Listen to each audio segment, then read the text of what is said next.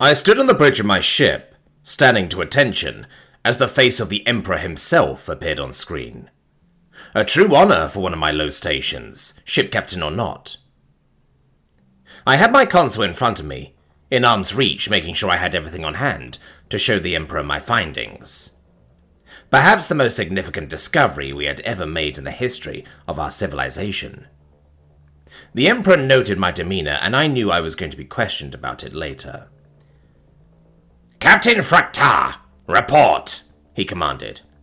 "We have found an anomalous planet, a precursor world. We have confirmed native life and have sent an expedition team to discover what went on. It's a world made by the ancient humans," I said, plain and straightforward.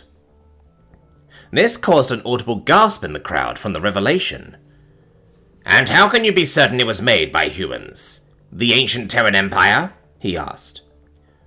"We backtraced all the archaeological data we found over the centuries and matched several samples with what is present on the planet's surface. Similar style, similar manufacture of tools, use of specific equipment, heavy and hand. We have also found examples of clothes, even an ancient sample of blood from what appears to be an accident. Matched all known examples of human DNA spectrum. We can confirm with all evidence this is, in fact, a human world," I replied calmly, my expression still unchanged. "I see. That works then. Can you tell me exactly why this planet requires you to defend it with an entire legion of my starships? It seems even for an ancient Terran world, the amount of force you have collected to protect seems excessive." The Emperor's cold glare stared right into my soul. I said nothing and simply typed into my console. I simply showed him a view of high-flight drone footage. The color drained from his skin. The lights left his eyes and his jaw slowly became heavier. The more images I showed, the more silent he became. I noticed the now deafening silence of the council as well. I stood calmly and waited for the montage of 32 images to pass by, each one a simple photograph of the incredible things we found on that verdant paradise world, each one a marvel in itself. He finally spoke. Are these images real?" "I took them using a drone I piloted myself, so yes, they are definitely real. We even lost a drone to one. The pilot didn't believe something could exist. He thought maybe it was a hologram. Sneaky humans being sneaky. Slammed it into a wall of solid rock. I didn't think it necessary to punish him at the time. I couldn't believe half of what I was seeing either," I replied calmly. The Emperor used his own controls to zoom in on one particular image. He looked at it for a time, then glared back at me. "Is the star system secure?" "I am waiting on suppliers to build a defense platform in the area. Besides the planet's surface, the system is completely unguarded," I replied calmly. "Is there any tech of note?" he asked. "Nothing of note we can salvage or use. The rest is standard tech we use already that we can't glean anything new from. The only thing we have available that is worthy of concern appears to be broken or corrupted beyond repair. We don't go near it. The last time we did, it made it angry." I shivered slightly, recalling the events that transpired when one of the new recruits decided to poke a strange machine with his rifle. I see. How many are there? Not machines, I mean, how many of these magnificent things are there?" he asked, again his jaw barely registering the words. I simply reached out and typed something and showed him a picture of the largest continent. The entire planet was saturated in monuments, carved edifices, statues and cities, each one more brilliant, beautiful and intricate than the last. Each photo showed a close-up, as best we could given the resources, of each monument, not fully encompassing the glory of the entire thing. The photo I showed him was of the largest continent on the planet, itself containing no fewer than 82 of these monuments that appeared to be fully completed, and a further 32 that were incomplete or damaged in some way. There were 3 distinct construction styles used, with some monuments having all 3 styles. Some were almost entirely underground, their volume reaching down to around a mile underground. Some were carved out of mountains, entire hillsides and mountain cliffs, dug in to carve out an entire building, or in some cases an entire city. Other monuments were slightly above the average, as when there was no mountain to carve into, Massive blocks of house-sized stone were carved out of something, assembled in the rough shape of the monument's completed product, then meticulously carved out of the result. The Emperor looked through and picked 7 of his favorites. The first was a gigantic arena of some kind, 5 stories high with large windows that channeled cooling wind into the structure. Some pulpits led to underground tunnels, with the structure itself digging 100 feet into the ground. All seats are empty and unusable, primarily because of the carved edifices of 2 giant figures engaged in combat in the arena. Stone of an impossible creature we know from human mythology as a dragon, flying above the arena, while the imposing edifice of a creature known as a centaur is actively engaged in combat with it. Small details such as a dragon's egg in the sand of the arena, flags waving in an invisible breeze on the rooftops, the ribs of a truly enormous dead creature poking through a part of the arena's walls, with thousands of partially charred petrified skeletons lining the seats. The entire structure depicted the scene of a dragon that had nested in a coliseum after killing all its occupants, before being attacked by a giant horseman beast. "How is this possible?" he asked. "The structure was assembled of stone blocks placed in a specific pattern, then carved piece by piece to form the arena. The 2 figures were likewise assembled, but there is a difference. Structures that appear to be built above ground, such as this dragon, were supported in the sky by the human-made Durasheet glass. That glass that almost all of our starship viewing ports are made of. Some serious engineering calculations were done here. It's incredible." I tried to keep my calm, pointing out how one could see a shimmer from the glass supporting the structures. The most incredible thing about this was the structure was actually still traversable.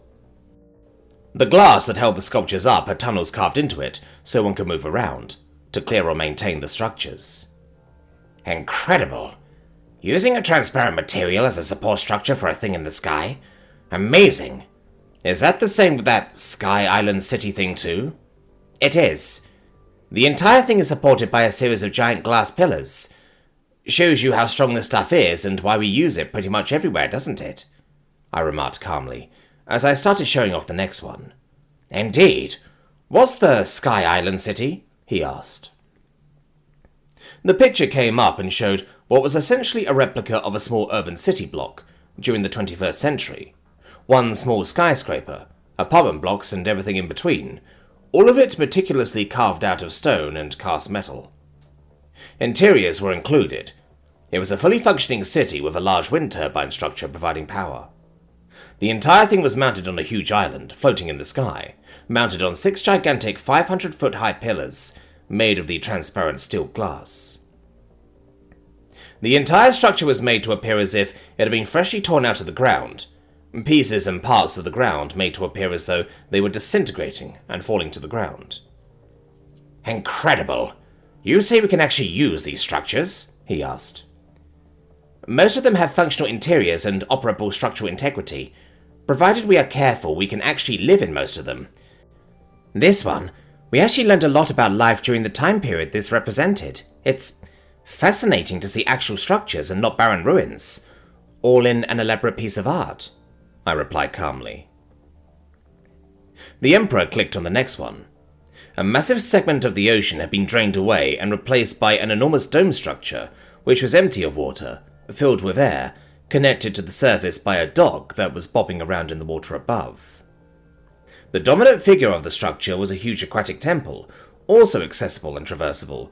We could easily live in it just like all the others. Its construction matched the descriptors for cartoon or childish versions of the thing called Atlantis. A massive hermit crab carved out of rock, a giant shark suspended from the ceiling, stalking a sailfish, a huge octopus encroaching on the city, and several enormous creatures called jellyfish, made out of stained or dyed glass. Each object wasn't supported by a pillar, but rather suspended from the ceiling by chains made from the transparent material. All of this surrounded by an ocean teeming with freshwater-based life. Everything was made of hollowed-out stone, with ladders, hidden elevators, and other things, all allowing anyone to actually use these suspended sculptures as a home to live in. Oh my! The people of the Vestani are going to enjoy this one. It's quite magnificent, the Emperor bellowed with glee. Indeed, I replied. The Emperor started the next picture. It was a castle, 15 square miles in size. A huge medieval castle with a Gothic construction style, dominated by a central arena and market area. The entire castle was built on a solitary island in the middle of the ocean, connected to the mainland by a massive stone-carved bridge that stretched for 25 miles. The castle's entrance via the bridge was dominated by 2 large statues of medieval kings, with a smaller, less dominant statue of a dragon, dominating the roof of the temple or church structure. To its eastern side, connected to the ocean, was an elaborate gate structure with a large statue of the Lady of Justice, a common theme in modern architecture, we think, depicting a blindfolded robed woman carrying 2 scales, all leading down a huge staircase that contained a harbour town and the docks. Again, this place was big enough we could live in it. It was a full city built on an island with high castle walls. The construction method for this one was a lot simpler than expected. Terrain flat, big block of stone, carve part, repeat. So precisely we couldn't fit a nanofiber rod between 2 rocks. It's the strangest but most beautiful thing we have ever seen. Each and every part of the castle meticulously placed stone by stone, then fitted and carved to fit an overall design ideal. Incredible. This was about quality and nothing else, I explained. The Emperor scratched his chin while nodding in agreement, his face an expression of deep thought, as if the images were conjuring thoughts he never thought possible in his mind. What about this one? It is disturbing. The next picture was an aerial shot of a graveyard or cemetery of some kind in a swamp-like area. A structure surrounded by a large mountain wall, with brick rows all combining to form an intricate pattern of graves, tombs, sepulchres, and small mausoleums. Dominating all of this, however, is a massive statue of a half-buried skeleton, with green-dyed waterfall fountain spilling from its mouth, holding an enormous multi-ton metal scythe. One hand at its side brandishing the farming tool, with the other hand outstretched holding up an enormous eerie lantern, shaped like a human skull, glowing with a menacing green glow.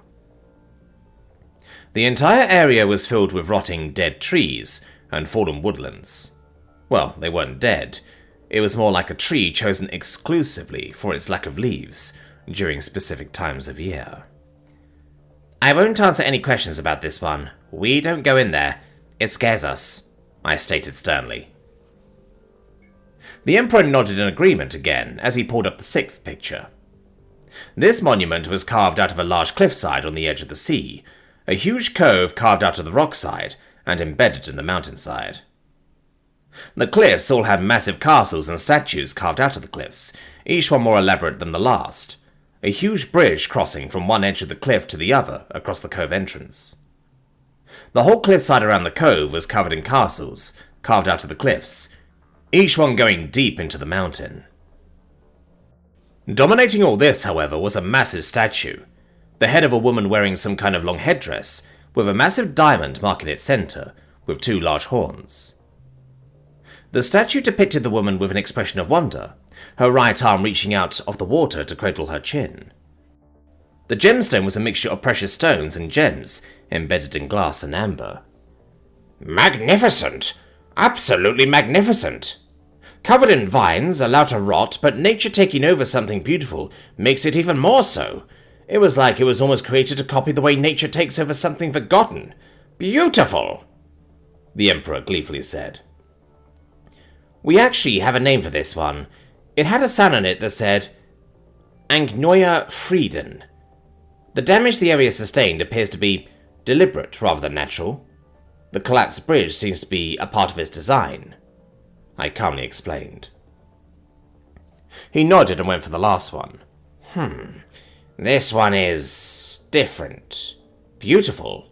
Seems to be more careful than the others. Yeah, this one is very different.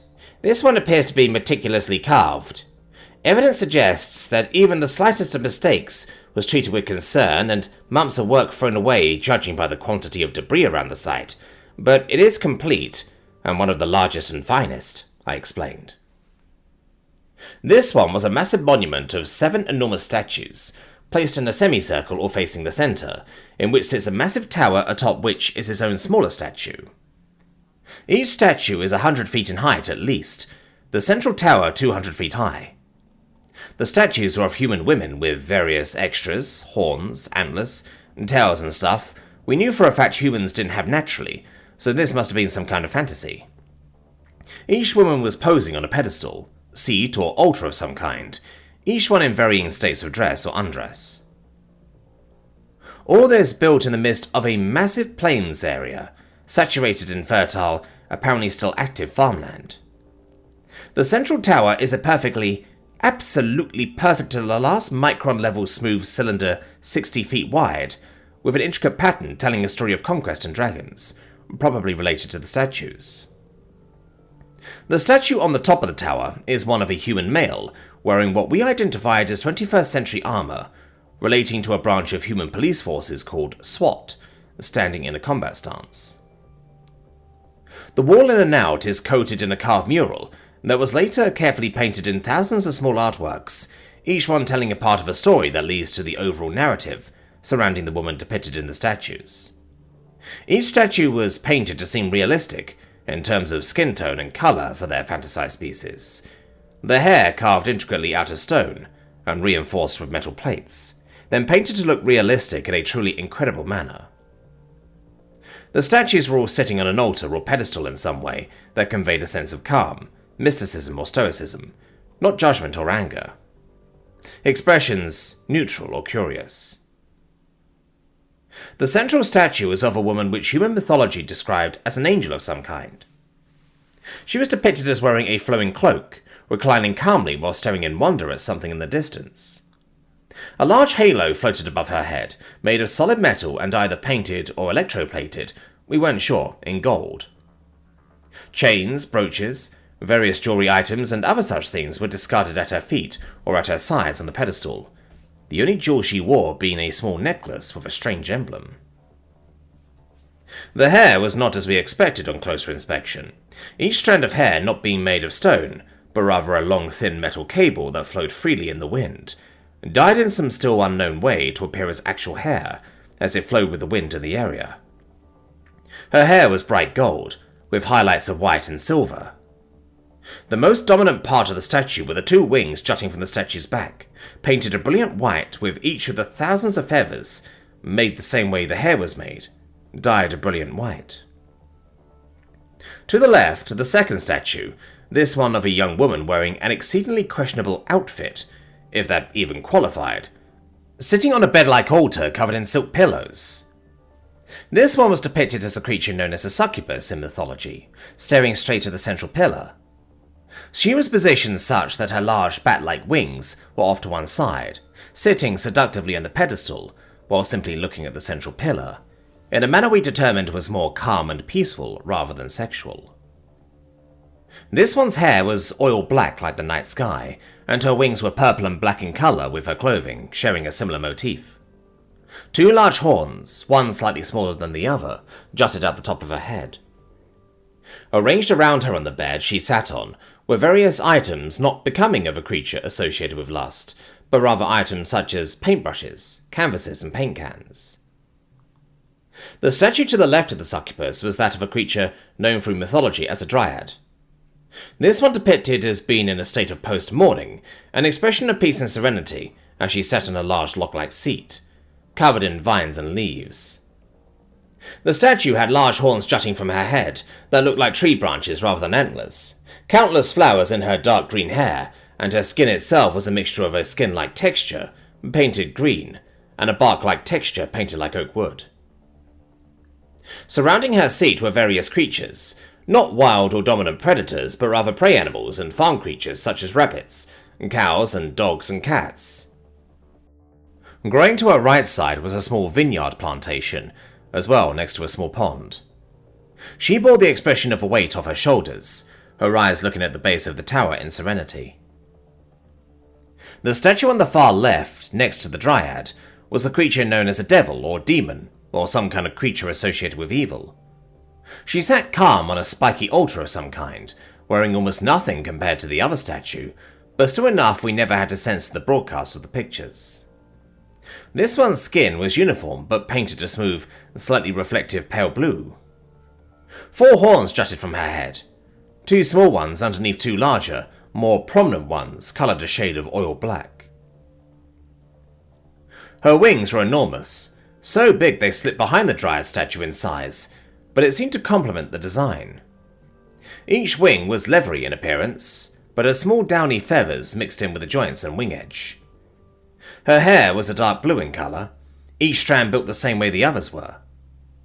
Meticulously, with an almost obsessive need for detail. She was depicted as reclining comfortably, looking at the central pillar with an expression of safety or comfort, as if she had nothing to be scared of. Her altar was covered in piles of gold coins, some of which were disorganized, rusted or forgotten. To the right of the angel, bearing a cheeky, some would say happy smile, was a creature known by modern mythology as a beastkin, in this case a reindeer. Sort of strange fantasy creatures that have mismatched components of various animal species bolted onto them. This one was a female wearing a fur coat of some kind, depicted sitting on a stone altar in the midst of a snowy forest. She sat calmly, one hand at her side, the other hand holding a large, bright red ornament of some kind that was a fancy, gilded ball with a ring on it. The woman had large deer-like antlers coming from her head, her human-shaped nose painted to look like it was glowing red slightly, and, if checking behind her, a short, cute, fluffy tail. Long, dark mahogany wood-coloured hair flowed across her shoulders, again, each strand made of a single cable, painted or somehow dyed. She was depicted as having a cheeky smirk, like she knew something the viewer didn't. Her altar was coated in white and blue, signifying snow or ice. The next one to the right was that of a woman with hair of fire and flame, wreathed in an envelope of fury and fire. Her hair was depicted as being unruly, or wild, painted to look like a fire of some kind, flowing in the wind. The altar on which she sat looked similar to the caldera of a volcano, as if she were a giant goddess of flame taking a rest on a throne of magma. The altar itself took up most of the depiction, being a giant wrangling serpent of flame and fury. Her expression, however, was that of calm, quiet, looking with curiosity at the central tower, as if she was trying to understand something. This was a creature known in mythology as a pyromancer, or fire elemental of some kind. Finally, the last statue was that of a mythical creature known as a fairy, or fae. Large bug-like wings jutted from her back, these ones made of massive quantities of stained glass, to create the illusion of semi-transparent butterfly wings with a soft pink hue. She wore no clothing. Instead, this one's body was covered by a series of vines and flowers that carried massive roses, daisies, and lavender fronds, giving the illusion of a dress made of flowers. Her hair flowed freely, a colour of soft pine wood and pink gemstone or quartz in hue. She was depicted with an expression of exhaustion and quiet, the kind of expression one would exhibit after a hard day's work as she sat on her altar, one of a mix of stone and wood. Her altar had many statues around it, ones of broken items such as weapons or tanks, overgrown with flowers and vines. But the most striking thing about each statue were the eyes. Each one not a solid ball of glass, but an eyeball made entirely of synthetic gemstones, probably hundreds of tons worth. Each one arranged to copy the perfect pattern of a human eye, veins and all, each statue having its own colour. Sapphire blue, onyx black, amethyst purple, pyrite gold, emerald green, amber yellow, and ruby red. My emperor looked at me quizzically. "Isn't this some kind of reference to the concept of the 7 deadly sins?" "It looks like it. I mean, these are just absolutely phenomenal, but I can see how it works." "We think so. It seems to be the case. Though what the central pillar with the police officer says about the piece, I have no idea. In any case, a truly obscene quantity of work went into these statues. We did, however, find a plaque that names and describes the scene, however. We don't know what it says. This is Latin, the language of kings. We aren't actually allowed by law to translate it. That's kind of the reason I called you for this," I said, and showed the picture of the plaque. The Emperor read it and smiled. A strange, knowing smile. A smile that made me simultaneously proud and scared all at once. Ah, it says, "Behold the seven, neither sin nor virtue, once wild, now tamed, once feared, now treasured, temperance above indulgence," the Emperor said. I heard that and thought about it for a minute or two, and then it hit me like a brick. "Okay, now I get it," I said, slapping my head in a gesture we had become used to, copying from the humans. "You do? Well, let's see if you do. Explain," the Emperor commanded. "The angel is pride. The discarded jewelry and simple clothing stands for minimalism, and her expression roughly translates to looking outward, not inward," I explained. Go on, go on." "The reindeer girl thing represents gluttony. We know how it left unchecked. Wild animals will eat absolutely everything, collapsing the local area's ecosystem. She represents moderation. The fact she is a reindeer means she has something to do with giving, or basically the opposite of gluttony. Feeding others as well as the self," I said, looking at the Emperor for validation of my theory. He nodded. "Quite astute. Continue." "The succubus obviously represents lust, but her expression and demeanor are similar to that of a happy housewife or calm mother, rather than a demon of pleasure. Which means she represents lust, tempered and controlled by love. The fairy is a representative of sloth. She doesn't look lazy. She seems to be positioned in such a way to convey exhaustion, carrying an expression of a job well done, rather than not wanting to do a job. Like she's relaxing after a hard day," I said. Very good, very good. Last three, come on, you can do it," he said, talking more like a university professor than an emperor. The fire elemental represents wrath, obviously, but the snake, I don't know. Maybe the snake represents control over her fury or something, I think. The dryad represents envy, I think. The serenity and submission in her expression and pose when literally overshadowed by the wing of another statue shows a sign of temperance. The flowers and vineyard obviously state she's more interested in her own works rather than others. And the blue devil represents greed, or at least what it once was. Her attire, if you can call it that, is the only thing about her that is considered expensive, while a lot of gemstones, jewels and coins surrounding her altar are dusty or broken. It shows a semblance of greed, but within reason, meaning she still likes gold, but only enough of it? Did I get that right? I asked. Very well done. You summed it up quite nicely. Yes, this does match the description on the statue's base. It effectively tells the mythical story of how a man, presumably the statue depicted on the top of the pillar, set out to conquer the 7 deadly sins, but ultimately ended up tempering them instead, calming them down. The entire piece represents the concept of moderation and control. Don't hump everything, don't steal, find pride in others, etc. An extraordinarily complex way to convey an extremely simple concept. A concept simply stated as, do it, but not too much. I want full scans of it done as soon as possible. I need full reproductions of this work sent to every corner of the Empire. Not just because it's a good lesson to teach, he commanded. As you command. I have just one point of contention for this entire scenario. I have to tell you. I have promised to not tell, but at this point, I think there's nothing I can do about it. You will find out one way or another, and I would like to avoid treason charges, so yeah, I said, and started to type on my console to bring up one final photo. What's this about? One thing we have encountered about this planet is one simple factor. The grooving is too precise, the tool marks too exact. Every pattern appears to be unique, but made in a uniform way. In essence, every one of these monuments, my Emperor, was constructed by a single individual, I said. You cannot be serious! It would have taken thousands of years to build these. And you are telling me this is the work of one man? He bellowed. How do you know for certain? Well, for 2 reasons. Firstly, we have a lot of tech from both us and the ancient Terrans that allows us to determine who did what and how down to the last molecule. And second of all... I pressed a button on the console and showed a new picture. It was a picture of me standing next to a smiling, happy human, wearing a heavy mason's outfit, carrying a hammer and chisel. Before I started giving my report, I had a beer with the guy who made them. Say hi to Kevin, I said, my face suddenly contorting into a smug smirk. My crew, the Emperor, the Council, and everyone in audible range, and everyone who could see that picture, gasped audibly, and so heavily it felt like they had sucked the atmosphere out of the room in shock. Kevin is a Terran. Living, breathing, ancient human, I said. The Emperor gasped deeper and harder. A human that has been alive for the last 2,000 or so years, working on everything you see on this planet by himself, I said. The Emperor started to hyperventilate to hysterics, and he said that it was okay to visit, so long as you don't damage anything and don't litter.